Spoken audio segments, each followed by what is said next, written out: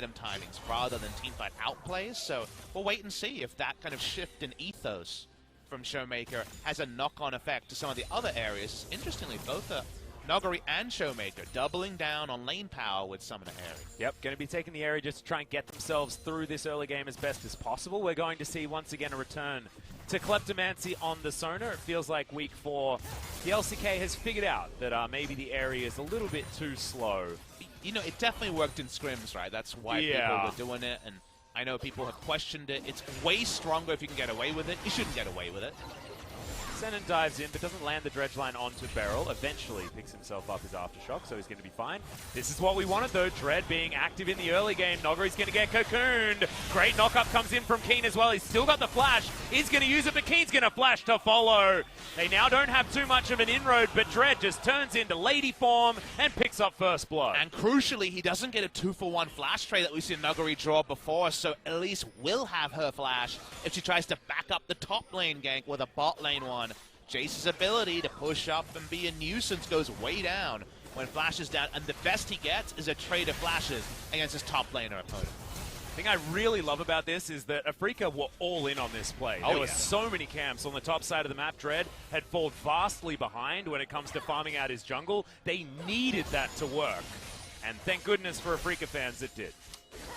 What will be the tonic for bot lane? Because killing a Jace is nice. Getting Sona and Tahm Kench behind feels much more like a core win condition.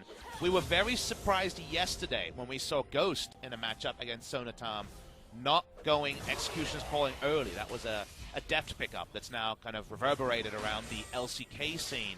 Just getting it first because those early Sona heals are cut into nothingness with the early Grievous wounds, and it even affects Tahm Kench, right, and his ability to healthy regenerate through Grey Health. So, waiting to see the buy timing here from Aiming, and also the first visit from Dread, because he must be feeling good after picking up First Blood. Yeah, he's going to continue farming out his jungle here, try and get some rubber banding happening, as hadn't taken his chickens or his Krugs. So he's going to be able to do that. Spotted out there by Canyon on the J4. Tom is CS really well. Yeah. Actually within 7 of Sivir, which is a very nice health total here. Aiming kind of blowing all his mana to push in, but turret plates when you have a melee support next to you are much less realistic. Remember, we need to answer, and we should return to this over the game.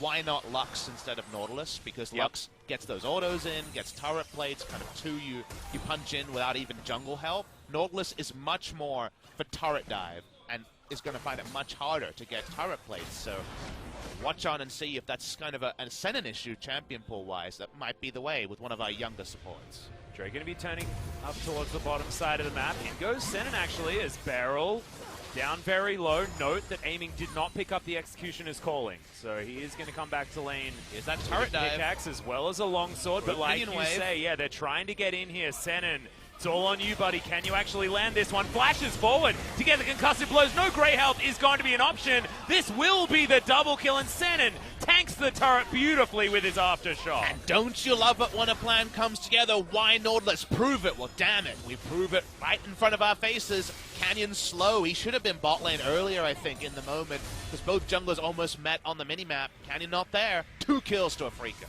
And you were saying that there's going to be a magnifying glass on Dread. Well, that is 3 kills already, 6.5 minutes into the game. I think the Elise game plan has been working fantastically so far. And we see it up and down. It's not always an LCK standard pick because we don't always have a lot of action, but Dread in interviews says, I'm an LPL-style jungler. I watched Peanut in 2016. They close in on the minion wave after they've bought the most AD possible, pickaxe and longsword. Flash in from center, no skill shot duking allowed. And Dread, well, he already had the first kill, so he does the lion's share of the damage on the oh-so-squishy zone.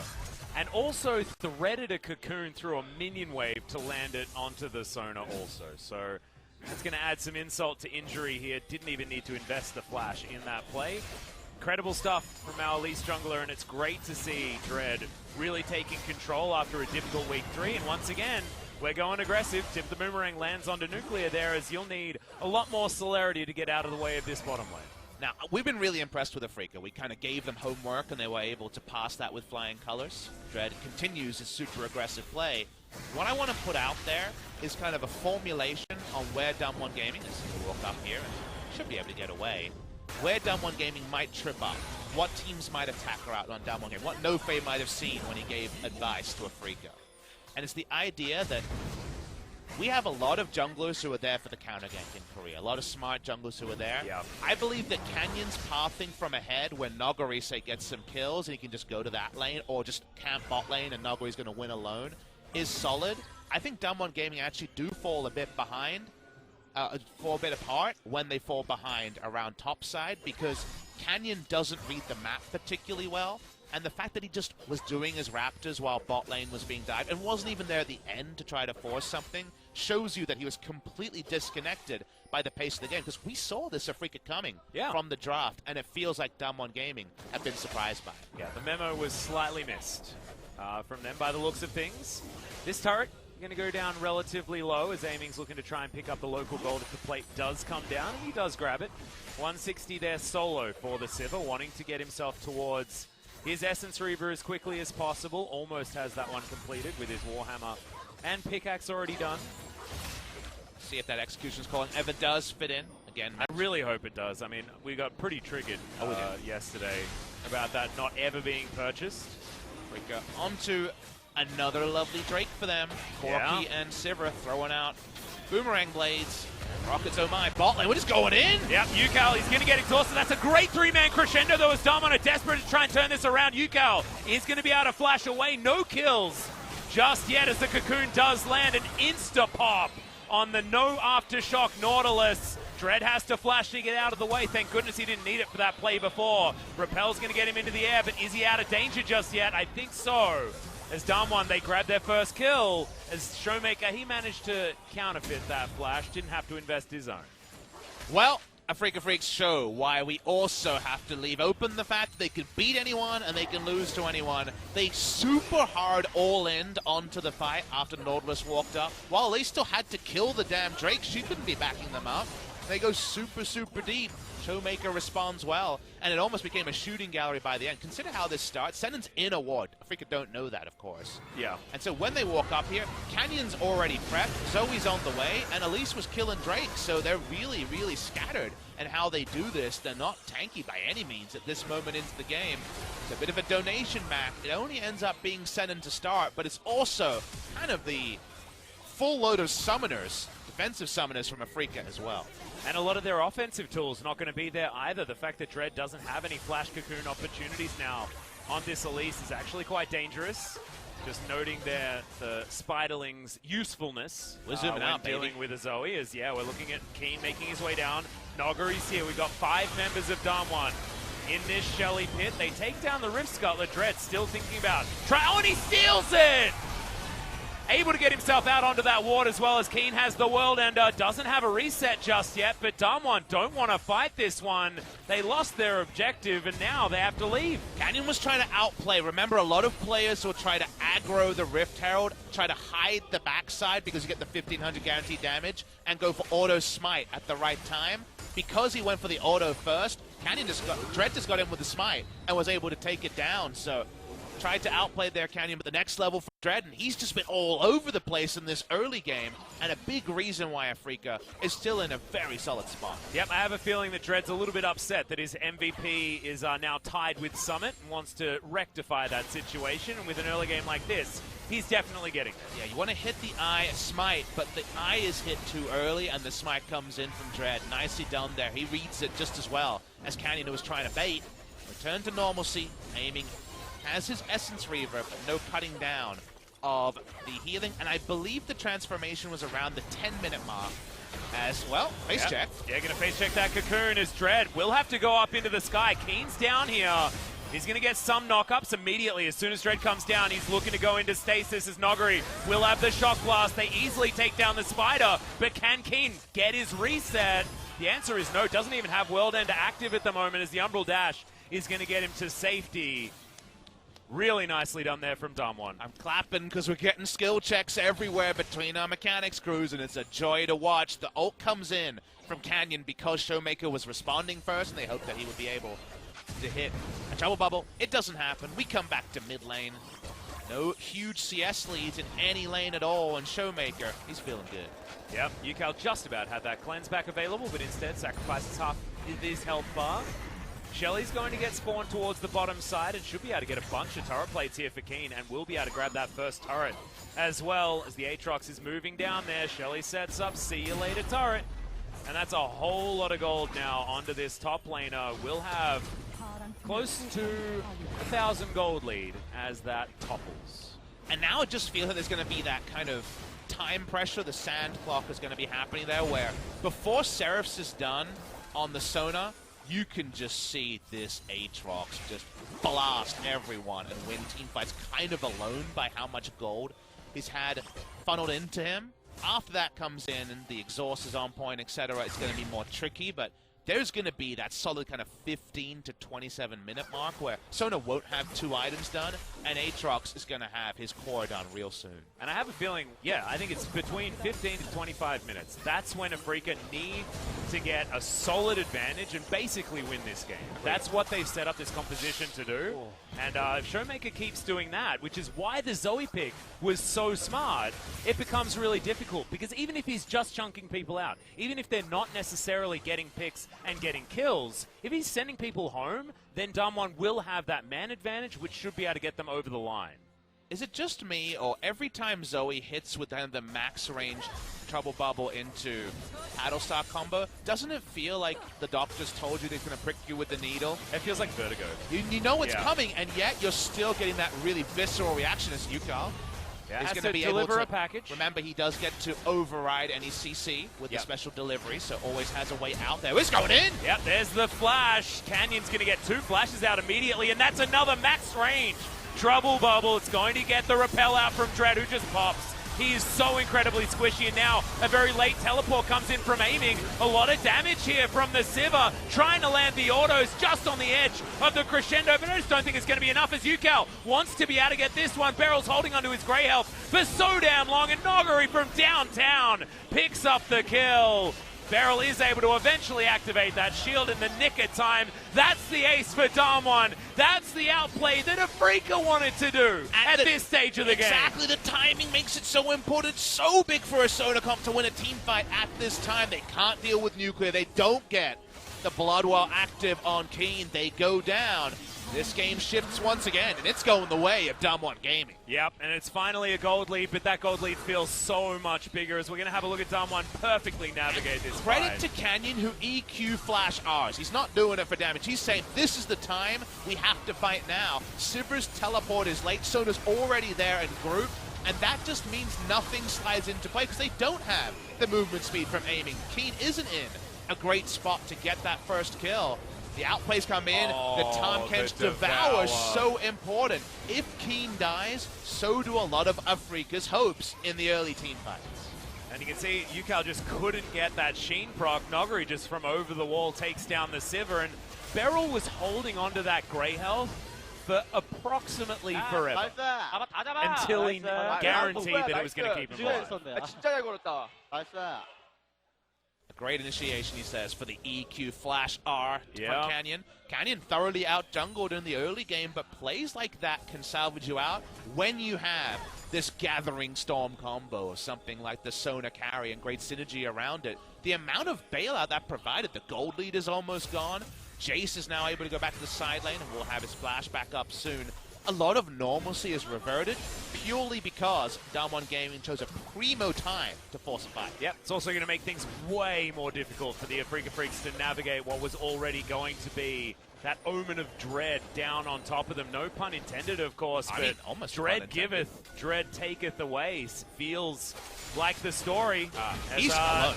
He's going to get up in the air with the repel, but immediately comes back down again. He has nowhere that he can go, and that was bad. That was a caster curse that I apologize to the Afrika Freaks for, to be perfectly honest, because he went from being man of the match to a liability very quickly. That was really bad. If you consider the terrain where he died, it's not controlled by them. The wave wasn't in position for him to turret dive, and he was hanging around a corner rather than even threatening a turret dive. Just collapsed upon by 4 people who knew about his presence. So, Dread giveth, Dread taketh away. I think Omen of Dread is a pretty good thing for this young jungler who can be so fearsome. His early game here was a treat to watch, but now the game state changes, and just like Canyon wasn't reading the bot lane dive, Dread hasn't read the memo that actually he better be, you know, backed up by his teammates' boss. Otherwise, he pops just as quick.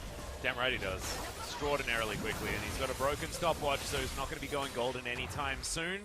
Will be building towards Azonia's at some point, but wants that Oblivion Orb first. Wants to be able to do as much burst damage if they catch someone. Speaking of catching, Infernal Chains come in. Beryl has to pop the Grey Health very early, but it is enough to keep him alive. Canyon coming in from the side just to lend a hand, and Damwon once again stave off the Afrika engage. And they can't even force summoners from it either, Atlas. The flash still up on Beryl under the turret. Very, very optimistic to pick up a kill with the four-man collapse there on a Tahm Kench, especially Tahm Kench 1,300 gold ahead because he was doing farming earlier. Beryl loves this build. He loves the front line. I'm going to get in there and start lathering you with my tongue. Righteous Glory build, and it's coming soon. Yep. He's going to be a very, very fast catfish, Bob Smithy. Exactly right. Yukal clearing out this wave topside, but he has to be a little bit careful about old man Jace making his way in. Nogari's going to bash him around a little while. Nuclear is going to turn up, and Nogari's just going to get the solo kill. Nogari's Jace, whatever the items. Remember, he doesn't have double lethality. He does have the serrated dirks, but he doesn't have the full, like, completion on both the Yomus. And from there, the Duskblade. He just one-shots him, basically. Sona couldn't even get in for an assist. Yeah, I believe I was trying to give him the Song of Celerity buff to try and get an assist, but unfortunately that's not going to work. Sona mechanics a little bit off on Nuclear. Back to the practice tool for him. Wait, you know, he can't go to the practice tool because of Teamfight Tactics. Yeah, sorry. Teamfight Tactics preventing all that from happening. Can't even go into a custom game unless he gets 9 friends to come with him. Look, so the Korean release is, I believe, tomorrow morning. You know what we're going to have to be on the lookout for? What's that? On the practice PCs here. Who's practicing Teamfight Tactics and who's practicing League at LoL Park? We will update you on the first kind of red-handed defender. Yeah, we've had a few conversations about this. I have a feeling that a lot of our LCK players are going to be a little bit more disciplined than this. But you look, say disciplined? I've been surprised in the past. You say disciplined, I think the belts will be out on that one. Yeah, I mean, none of the Griffin players are going to be playing. I guarantee that. CV Max, he definitely drills hard, and you ain't going to want to test him. Well, Damwon Gaming testing Afrika here. Afrika had the really nice start they needed to justify the draft, but how many Elise comps have kind of gone this way over history, right? Where you get that great start. All right, it's all sliding to spot, but Elise goes from one-shotting anyone to being one-shotted in grouping phases when wards come into play. So right now, at least, how can Dread get back into this game? This is a cocoon. Doesn't get hit by the trouble bubble, so he's going to be alive. There's the accelerated shock blast, sent it in trouble, package delivered. Nuclear's going to turn up. Full health bars here for Damwon. Lots of shielding and lots of control. Dread now does have a flank position. But they are aware of this. On the hunt has been popped now from aiming. Dodges the trouble bubble. Cataclysm goes in. It's a decent crescendo, but not exactly the best. But it doesn't seem to matter. Damwon have got the first kill. Keen not going to be able to get the reset off this one as aiming gets chunked out so easily. Yukal just the very edge. He's trying to be the hero here for the Afrika Freaks, but he's going to get bubbled. He has to flash. Showmaker grabs the Sivir. Now the re-engage is on. They've just got so much safety, so much held. In the backline is Dread, but he eventually falls down. Delicious is the Corki. And that's close to another ace as Keen comes back. Another really entertaining fight there. While the crescendo couldn't turn into a kill, it stunned Keen, and it also stunned, I believe, Yukal or aiming. It was 2 threats that were stunned at the same time, and that was enough for them to turn onto the first kill. Back away. We're going to watch the replay now. Under the turret, getting this turret down, opening up objectives, what they do. And Canyon, once again, that was R into EQ out. Ambition at world style. Ends up, he's owning aiming's positioning. Yukal and Keen stunned. So actually there was no damage and no punishment when they turned onto the front line. Actually, everyone played their role really well for Damwon Gaming. That wasn't just smash your hands on the keyboard, Sona's going to carry you style. That was very much good target selection from Damwon. Getting the first kill, and like you say, this catfish was hungry, and he got his feed. He certainly did. And now, Damwon are in full control of this game. The fact that they have a 2.2k gold lead, they're very close to item number 2 for Nuclear. He's got himself his boots completion, looking for that Lichbane as that second item choice, and that Seraph's transformation has come in. He has even a gold bounty on top of his head, and if you have a look at those bounties, Nogari very close to maxing his out. 4, 1, and 6 on the Jace, and that's when you know that Damwon are in a very comfortable position. We are in a really intriguing part of the game. Something small I want to draw your attention to is that Canyon has gone for a build you very rarely see. First real item after Cinderhulk is actually into Adaptive Home. It's actually into Magic Resist. Now, we all know about Corki's magic damage, crits, etc. Those items aren't done.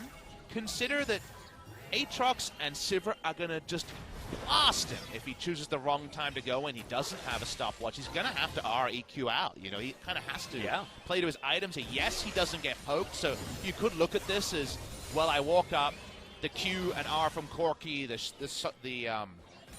Spider from Elise, I can ignore those and get my engage on. But when it comes to being tanky against the lineup he's facing right now, that item actually does very little. So another kind of can you play to win condition is established here, because Canyon's tanky to a point, but not tanky on another level. But also now he's just going to be an engage tool, right? It feels almost like a later game warrior Jarvan who is going to melt as soon as that fight starts. But what Canyon now has is more of an ability to weather the poke before that happens. And that's what we're getting to, but what if you choose the wrong time, he has to get devoured, and then someone dies? Disaster. Sona can be the person that falls if they choose the wrong engage timing with the magic resist build. Yeah. Because the devour gets used on someone else, Sona's a lot more susceptible to dying then. We'll wait and see. It's an evolving question. I like the fact that we've just had no time to game in this forecast. There's always been things happening, and here's more. Yep, Noguri looking for it, gets the boot back. Beautiful. Oh my God, delightful. Showmaker. I don't know how he managed to figure out exactly where it was going to be, but smacked into the beach ball and taken down. Keen is looking silly in another series, but I have a feeling it's all about Damwon just looking too damn good. I mean, this was basically volleyball being played by Showmaker and Nuguri. Hammer hit him into the beach ball.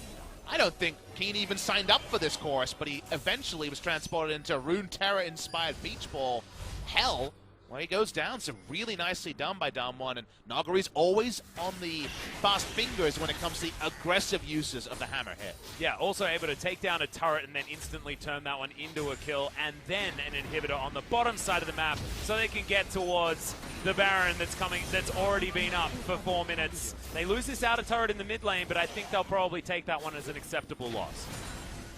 So, Keen has had a bit of a roughie once again, and yet, with his items where they are, he's still the way they win this game. Yes. Or at least win the next team fight and stay in the game. Because we're kind of one team fight win or a Baron buff claim from Damwon from kind of the lockout state where it doesn't matter how big Keen might be. Comp gets into an awkward spot. Double Infinity Edge now done. Yukao has that one picked up. There is a lot of burst damage. The theory of someone stunned by... Oh, we'll talk about someone stunned. Yep, the Cataclysm is there. Aiming doesn't have flash just yet. That timing was amazing. That's going to mean the Shock Blast cleans up the kill. The whole bottom lane has been eviscerated. And Damwon should turn to the Baron here and claim it pretty easily. It's so big that they get the pick out. That's what we were just about to say. What if double IE crits into Aatrox, gets that first reset, and they win a fight? Doesn't matter if you get the first pick. They're onto the Baron. Dread is alive. Gonna have to be a big steal here. Yeah, it's just been breathless play here from Damwon, even though they have the slower moving composition. Beryl just lying in wait as the explosion of AoE damage flies forward. Dread is definitely just going to be food for this Damwon squad as Noguri, the sidestep was amazing. To the skies is going to come in, and Dread has to back underneath his turret. In the meantime, the Baron is taken by the other 3 members of Damwon Gaming. Damwon Gaming continue to lap up advantages. This feels like one that can't be turned around by a Freaker anymore. They're not going to have any leash to do so. The Stain from the Sona, the Lich Bane is in, the Lockout is in. Damwon Gaming, do they win now, do they win later? We'll get to find out very soon. It's going to be their decision, Papa Smithy. They're going to push in, grab their second inhibitor. Showmaker still just toying with a Freaker. Lands a Trouble Bubble, max range onto Dread there, as you could see. This is a pop-off Showmaker Zoe performance today. The question mark was on him. What was he going to choose into this composition? And it's been pivotal that the Zoe was the decision so far. But I'm actually going to not just single out one person and compliment them like it's usually the way with Damwon. Is this Showmaker's time to win an MVP? Is this going to be their top laner's time to win an MVP? Instead, what about the decisions they're making? They are not making dumb decisions around objectives. They are understanding when the enemy comp is strong and when they need to make their move. They go for a pick rather than Baron bait, knowing they have the tools to do so. These are the parts that Damwon have tripped on in the past. We already knew they had very talented players. Being top 10 in Korean solo queue as consistently as they are is already the spoiler on that. But putting it together into more is the part where you suddenly jump up and say, 5-match win streak, adding Afrika to a list of opponents that include teams like SK Telecom T1 and most recently Kingzone. Now DWG Gaming, they really are looking like an exciting 5-man team. Yep, it's feeling like the real deal, and just the way that they've played this game makes them feel like a top team here in the LCK. This has been very clean, very intelligent, very disciplined League of Legends, and playing a composition that's been hit or miss from a lot of our other squads. The last remaining inhibitor, the last bastion of hope for the Afrika Freaks as they're desperately trying to hold on, but it just feels like they're fighting the biggest uphill battle ever. The Cocoon landing means absolutely nothing as Canyon is standing stalwart in defense of his team. He can just do this, just flex his muscles on his Commando J4 while they poke them out and take down the turrets. He's ready to go behind enemy lines if he sees an opportunity, but with all these minions, he doesn't need to EQ our flash like he was earlier. Hope comes in. They can get 2 minion waves here.